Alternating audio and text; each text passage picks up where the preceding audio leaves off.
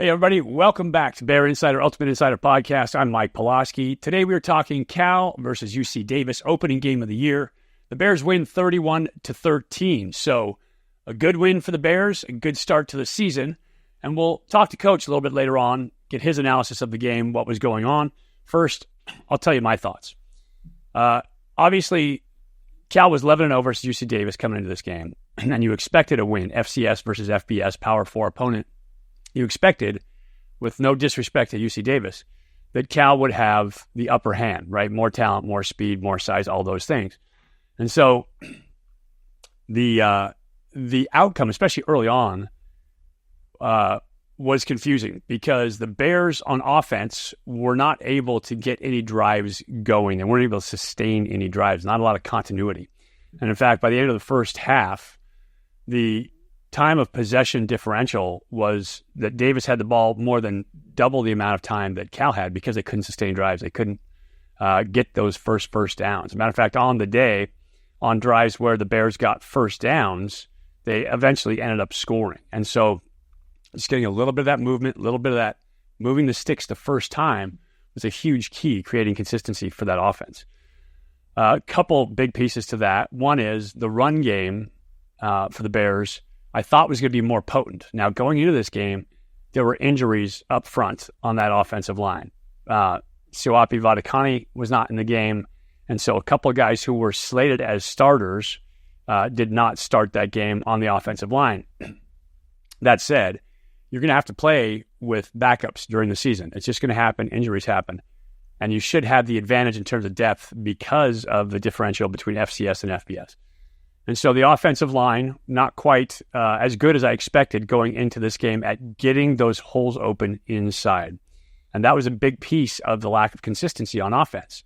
If you cannot run the ball, then it is hard to throw the ball as well. And when you're not gaining positive yards, you get what's called behind the sticks. And so it changes your play calling into tougher situations for your quarterback to complete balls. Going into the game, there was discussion over, the quarterback competition between Fernando Mendoza and Chandler Rogers, right? 1 and 2. Fernando got to start the game, and on the day he was 15 of 25, I think, for like 158 and a touchdown. And so numbers were decent for the game. Again, lack of consistency, a big problem early on because as a quarterback, you want to get in that rhythm. You want to get several shots, several throws during the game. The Bears weren't really able to push the ball down the field in this game. Couldn't run it, weren't able to push it. And so that was a problem. I think, like any quarterbacks, Fernando had a few first-game jitters, right? A few things that he could work out, a few things he can get better, and we'll talk to Coach about that in a little bit. But when he threw the ball, I thought he threw it effectively. I thought he threw that second-level ball really nicely. He was driving the ball into some spots. And then he had decent, his numbers were decent on the day. So I thought Fernando was efficient. I thought he did what he had to do to get his offense to win. Chandler on the other side, Chandler Rogers, didn't get much flow because the offense did not get into flow. So he was 3 for 6 passing on the day, did not get a lot of first downs, a couple missed balls, but with such a small sample size, really hard to tell exactly where he stood and what you saw in Chandler Rogers. I'm sure the coaches wanted more out of that. Coach will tell us coming up to be able to see, to get more even reps to kind of evaluate in this game. Both guys I know working hard, both guys competing at that spot. And so we'll see how this thing plays itself out. A couple bright young faces. And Isaiah Hunter had a great game at that wide receiver position. He made a great scoop on a reception in the end zone for a touchdown. Ball was a little bit underthrown, and he was able to get his hands underneath it and make a play in the end zone. So fantastic play there. And he really showed up as a guy who, coming into the game, had started down the depth chart in fall camp. So he really showed up in this one. I thought Corey Dyches showed up, the new tight end from Maryland. I thought he was pretty good out there. And so he showed what he can do on that offensive side of the ball. I'd overall like to see a little better blocking out of the receivers on bubble screens, on stuff on the outside, because it wasn't just the big guys in blocking. You also have to block outside as receivers. And so it's one thing I'd like to see, better blocking outside, receivers spring other receivers for big plays.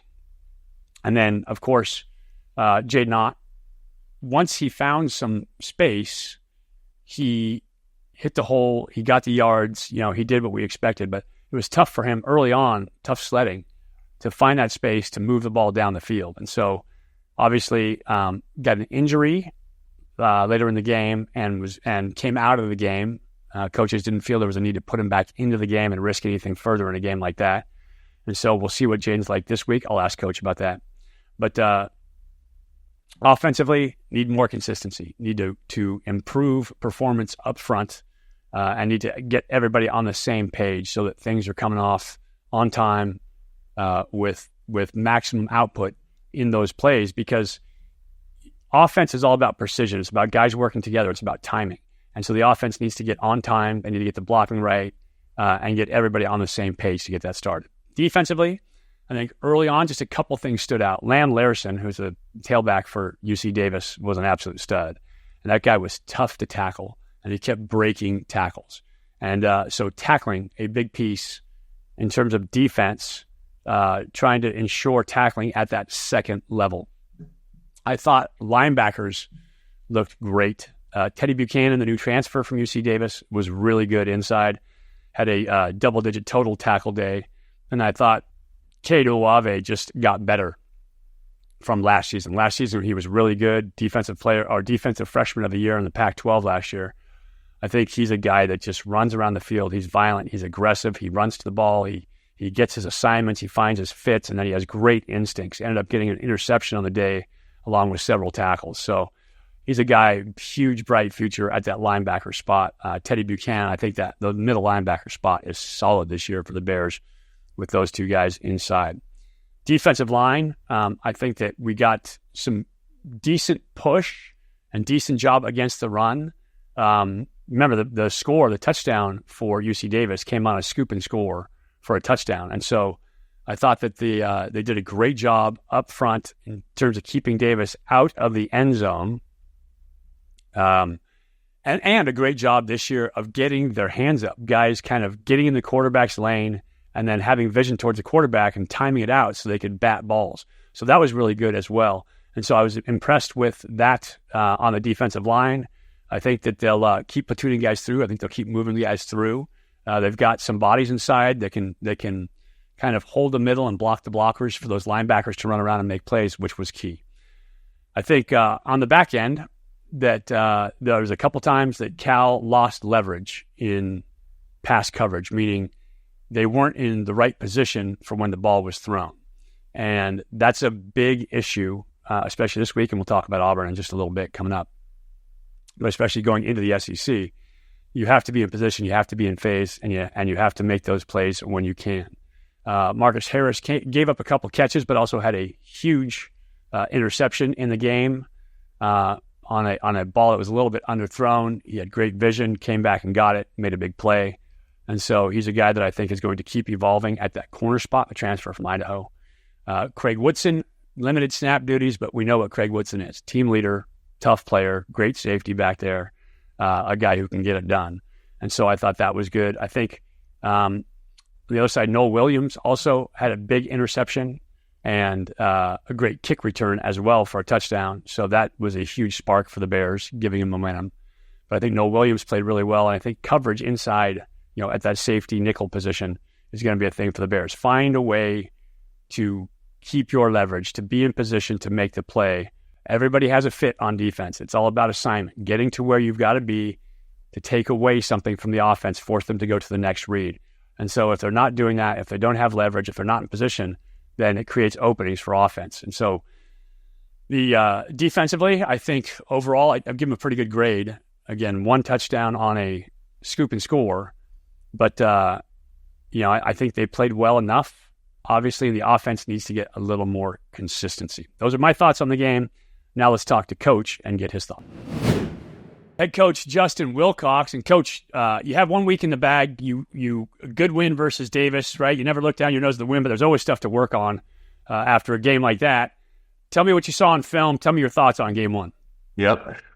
Well, the first thing that jumps out is, and really noticing it on the field and then after the game and then talking to the guys, like everybody's really eager to play. I think there is a lot of excitement, butterflies, and we were probably in the red a little bit in terms of how eager we were. And sometimes that can work against you. You kind of play a little bit tight. You're trying to be perfect. And I felt some of that on the field. I felt it in the locker room. It wasn't one of the guys asked after the game if he thought we were flat. Like, that was not the problem.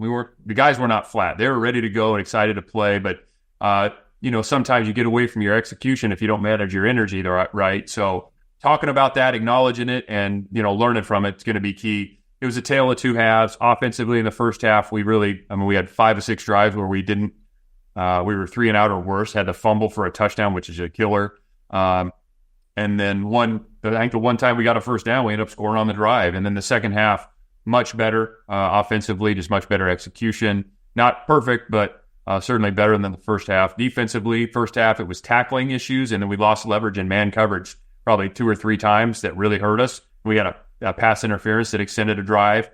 And so in the second half, we tackled much better. We played better leverage. We took the ball away 3 times. The special teams, I thought, for the most part, played pretty well. I mean, the kick return was a huge play. Our kicker was noticeable, kicking the ball into the end zone. The kickoff coverage was good. A return team on punt had a couple good punt return. We were a couple good returns.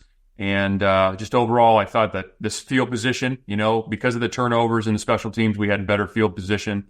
And anyhow, lots to learn from. Again, the first half didn't feel good for anybody, but the guys played through it and played much better in the second half. We got to carry that momentum forward. Yeah, so one of the big questions that I think all Cal fans are concerned with right now is, do you have any update on Jaden Ott? Nothing today. We're hopeful he's going to play this weekend. He's, doing everything he can to get back, and he's a competitor, so I know he wants to be out there. So there's nothing that I have to report as of today, one way or the other. And what about injuries overall? Obviously, a couple of guys left the game. You had a couple of guys in. Are there going to be guys coming back? What's the status there? Yeah, I mean, we're hopeful that some of these guys come back. I mean, a lot of it's just day to day. We'll see where some of these guys are tomorrow. And then on Thursday, and then maybe even on Friday. I mean, that's how some of these injuries go. So I don't have anything to report one way or the other on the guys that might be in question. Okay.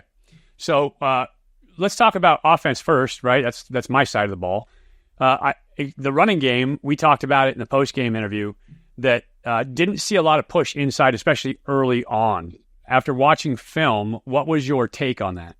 Yeah, I didn't think we expected to play more physical and get some more movement in the run game. That'll be one thing we have to emphasize, and we need to do better going forward. And that's everybody. It's the O-line, tight ends, it's the backs, it's everybody, it's the receivers. Everybody's involved in running the football. So we need to be better there, just flat out. Yeah, I mean, there was other things too that showed up, especially early, just on where we were going with the ball, a couple protection issues that we had. We had a holding on one. We had a missed protection on another, led to a sack. So just a lot of things to get better at. And we're going to have to do that in a hurry. And it's those little things that keep you behind the chains, right? That's where the 3 and outs come from. You can't get 4 yards, and it closes down your playbook in terms of what you can do up front there. I know that's been a big emphasis. Obviously, Coach Mike Blesh, offensive line coach and offensive coordinator. And so I know that's a matter of pride for him. And then talk about how that then affects the pass game, because what you can do in the pass game. Well, yeah. I mean, as you know, Mike, the best weapon in the pass game is having a strong run game. Yeah. And being able to get into those, all right, it's 2nd and 5. You have a lot more available on 2nd and 5 than you do on 2nd and 10. And same thing on those 3rd downs. So staying ahead of the chains. We talk a lot about getting the first down. And I think, I believe, you might double check me on this, but throughout the game, when we got the first down at a drive, we went down and got points, either scored or kicked a field goal. And when we didn't, obviously 3 and out or worse, the fumble, I mean, that kills you. And like in the first half, I think the play count was 50 to 22 or something, which is just, you're going to have bad stats. Like if you're not staying on the field on offense, obviously you're not scoring. And then the defense is going to be on the field more. I mean, and then if they don't get the first stop, then all of a sudden they ran 50 plays, we ran 22, and, we're up by a point because we got the kickoff return. So, I think getting the first down is a huge key for us, and we're going to continue to emphasize that moving forward. Yeah, I think it's a huge key for any offense, right? You have to build momentum to do that. You have to get that first down. You have to move the sticks once before you can start getting in a rhythm out there on the field. And so it's a big piece of it. Talk about some of the new faces. We talked about 54 new players out there. On offense, we saw a couple new faces showing up. I thought Fernando showed poise in the pocket for the time that he had. He had good numbers overall. Give us his performance first, and then we'll talk about the new guys. Yeah, I thought he did some good things. There's some things that Fernando, needs to clean up from that game, but he did throw some real good balls and got us down the field. He was competitive, as he always is. He showed toughness, but it's just playing clean, the little stuff, whether it's protections or where the ball goes in a certain progression or an RPO. Things like that he's got to get better at. So, yeah, just like everybody else, like we got to see growth from week 1 to week 2. For sure. And for a young quarterback, right, some of those things iron out. You get that first game out of your way, and then it goes from there. Chandler Rogers, and we talked about this after the game, didn't get much run because there wasn't much rhythm in the offense when he was in there. And so you don't get a very big sample size. Where do you stand in terms of quarterbacks right now? What's your thinking going into Auburn? Well, I still like both of those guys. I really wish we would have got a couple more first downs, get the thing going with Chandler, because he's done some good things. I threw a really good ball to Tron. He had some nice plays, and we had a drop on one. So all of a sudden, the opportunities get more limited. And then we get in the fourth quarter and he's in, but we're really at that point. There was a point in the fourth quarter where now we're just going to run the ball and finish the game. And so, probably fewer opportunities late in that fourth just because of the dynamics of the game. So, I really wish we could have got him some more. Moving forward, we'll kind of see how this thing goes. I think both those guys can help us. We'll see how they perform. And ultimately, it's about taking the team down the field and putting the ball in the end zone. And I think both those guys have the ability to do that. And, we'll sort through this as it presents itself. I mean, I understand the urge for everybody. Like, you wanted the starting quarterback. Who is it? And I want that too, to be honest with you, Mike. I want that too. But right now, I think both those guys are deserving of opportunities, and then they got to make the most of them. Yeah, for sure. Take advantage of the shots that you get, right? Yep. Talk about some of the young receivers. Obviously, a couple of guys weren't able to play. Graves wasn't able to play. Merriweather not able to play in this game. Talk about some of the young guys that showed up. Well, the guy that jumps out to me and really everybody here in the past month and that showed up in the game is Isaiah Hunter. I mean, Isaiah, I would tell you at the start of fall camp, if you would have told us that he would go out and do that, I don't know if anybody would have believed you. We'd have hoped that was the case. But that guy, he came in fall camp and he worked every single day.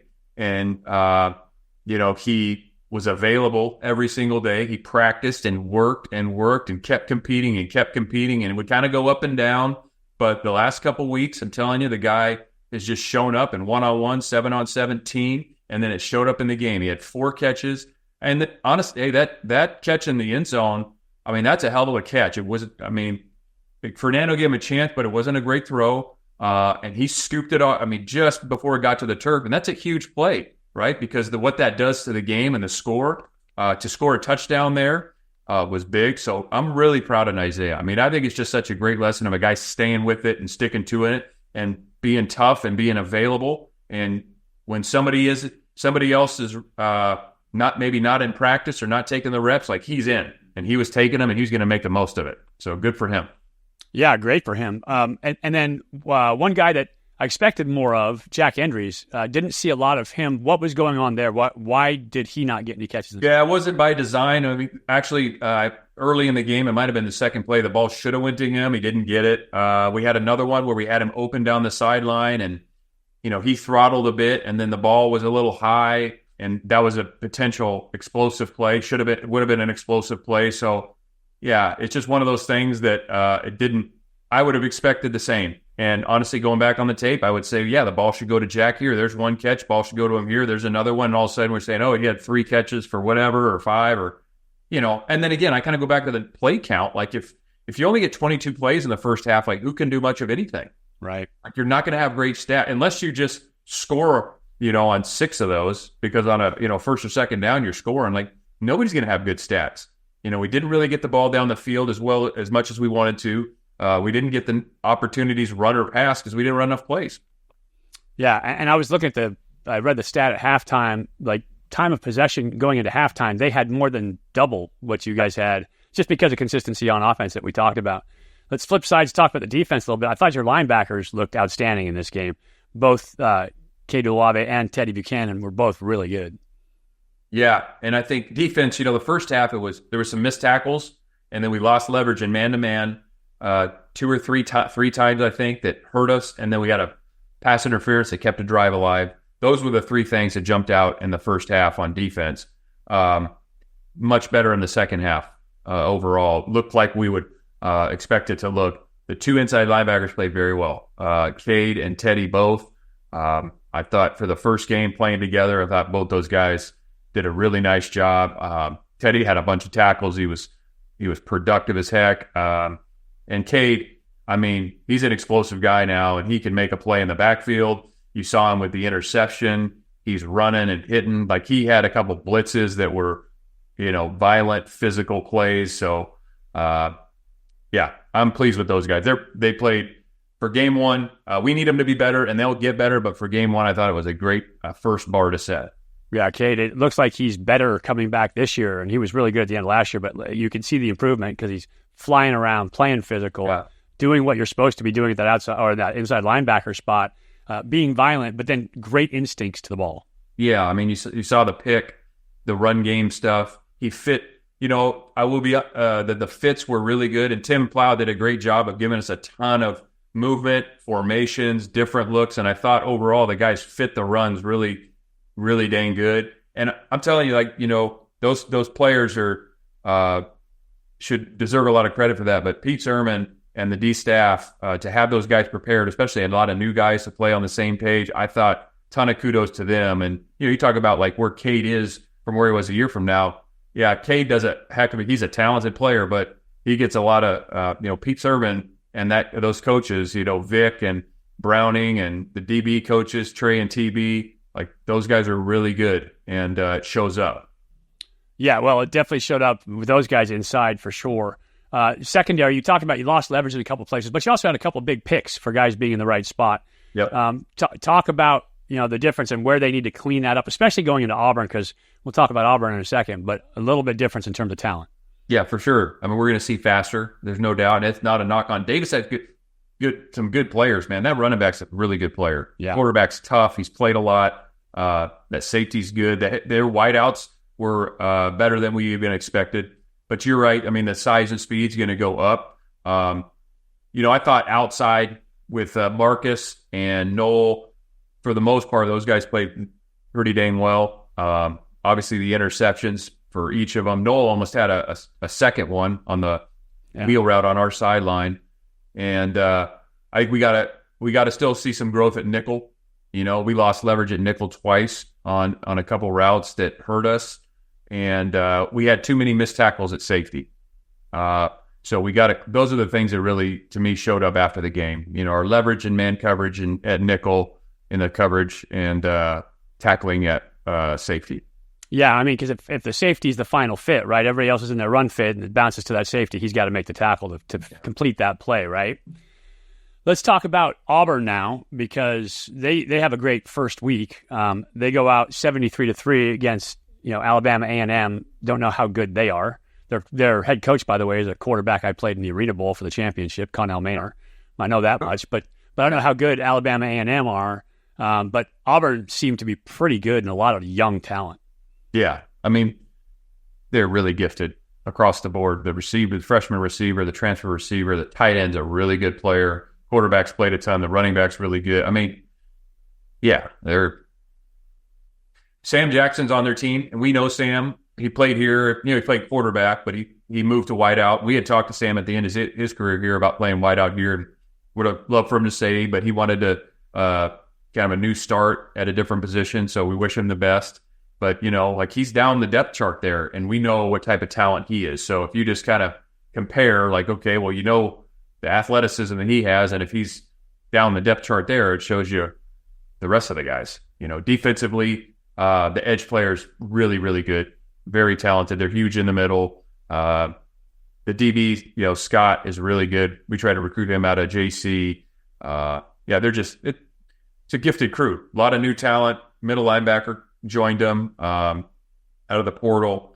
So they've got a lot of new players, and their talent level is up there for sure. For sure. So what's the key for you guys going into this game? Obviously, it's a huge road trip. You leave a day earlier. You're on the road. It's going to be the South. You prep for this by practicing out in Sacramento and trying to get some heat. What are the keys for you going in?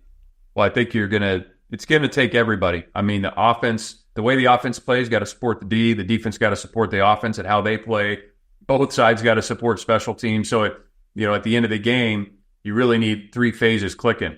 And championship football, clean football, where we're not having self-inflicted wounds, no pre-snap, post-whistle penalties, that we're clean on our assignments and playing really fast because we know our stuff so well. I'm excited for the opportunity. I know our players are. It's a great environment, great team, storied tradition, SEC. So it'll be a heck of a challenge, and everybody here is really looking forward to it. Awesome. Well, look forward to seeing you on the road this week, Coach. Good luck coming up against the Tigers, and hoping that you guys pull off a win back there on the road. All right. Thanks, Mike. By the way, Bear Insiders, I am excited to announce that I just finished writing my first book. It's called Everyday Great, the Playbook for Winning at Everything. And so it is a history of me growing up with lung disease, overcoming lung disease, going on to Cal, overcoming being an underrated recruit there for our team to become 10-7, and then through my professional career and then on into my professional career. It's a personal development book about the ideas and the concepts and the mindsets that you need to kind of reach your peak performance. And so I'm excited to get it out there. I know all my Bear Insider fans would love the Cal stories and the professional stories.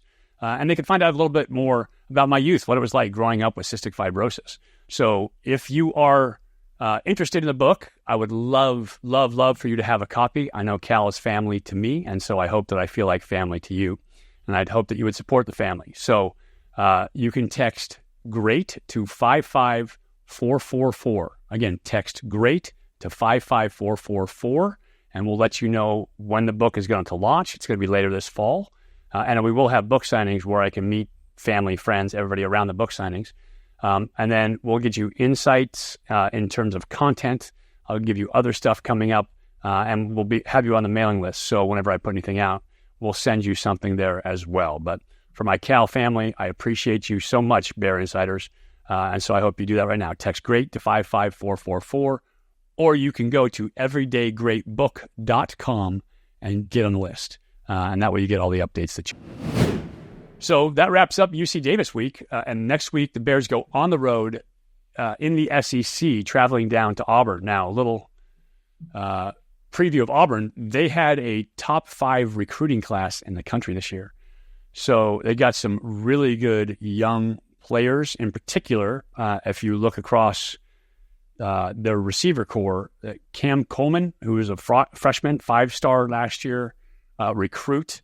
Guy is big, he's long, he can run, he's a very good receiver, had a couple touchdowns in game 1 versus A&M. By the way, Auburn won that game 73-3. And so it's a big win for them, but they can't exactly tell who they are because you can't tell. In the second half, they decided to play 10-minute quarters, which tells you where the game was at. Also, number 3, Perry Thompson, another wide receiver for them, young, true freshman. Good football player, fast, gets open, moves in space. And then Lambert Smith, number 5, another guy who can roll at that receiver spot. So a couple of really talented wide receivers out there for a quarterback in Peyton Thorne, who is a dual threat guy. We saw him last year. He's growing in the position. He's got more talent around him. He can throw it. It looked like he was in 7-on-7 out there last week versus A&M. Alabama A&M, because he was just throwing deep balls over the top, shot after shot after shot. And so we'll see what it's like if the Bears can put a little more pressure on him.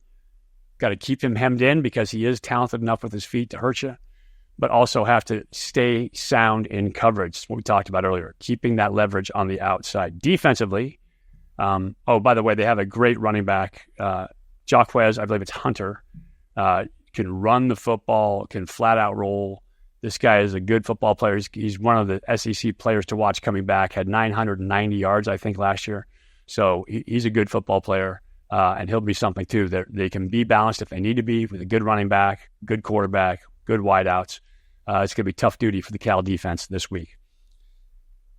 Offensively, the Bears are going to take on a group that is big, classic SEC big, with great rush guys off the edge. And so they're going to have to find a way to get that run game going. Hopefully they get some of those bodies back inside. Hopefully Jaden Ott is healthy. If not, Kadarius Callaway's got to step up. The other running backs have to step up. Javian Thomas, like all these guys have to show up on Saturday this week, because it's going to take more than just one guy, regardless of Jaden Ott's health. Wide receivers, hopefully you get some guys back at that wide receiver spot. It's kind of thin. And then, of course, we didn't talk about Jack Andrews very much last week. He's a guy that they need to get the ball to. You need to get him 4 or 5 touches a game because he's a good enough football player that he creates mismatches on the inside, and I think Corey Dyches as well. Get both those guys the rock a few times, spread the field a little more, and then see if you can get the run game going as well. And that's going to be a recipe that Bears need to be good at this week versus Auburn. In all, we'll see. It's going to be hot. It's going to be the South, of course, in September. And so it's going to be muggy. Guys, you have to stay hydrated, and it's going to be a long road trip. So a bunch of things to look forward to. Guys got to kind of get level to that point where they're ready to play, ready to go right now, and get their mind right for this game coming up. If they can do that, I think talent-wise, they have a shot at pulling out a win in this game against Auburn. But get yourself right mentally, super important for this team. And super important about getting that right level too. A lot of young players, a lot of new players kind of mixed in. Figuring out that mental mix to get them at the right level is going to be totally essential. Anyway, that's it for me. Looking forward to this Auburn trip. I appreciate you guys watching. For Bear Insider and Ultimate Insider, I'm Mike Pawlawski. I'll talk to you again soon. Go Bears.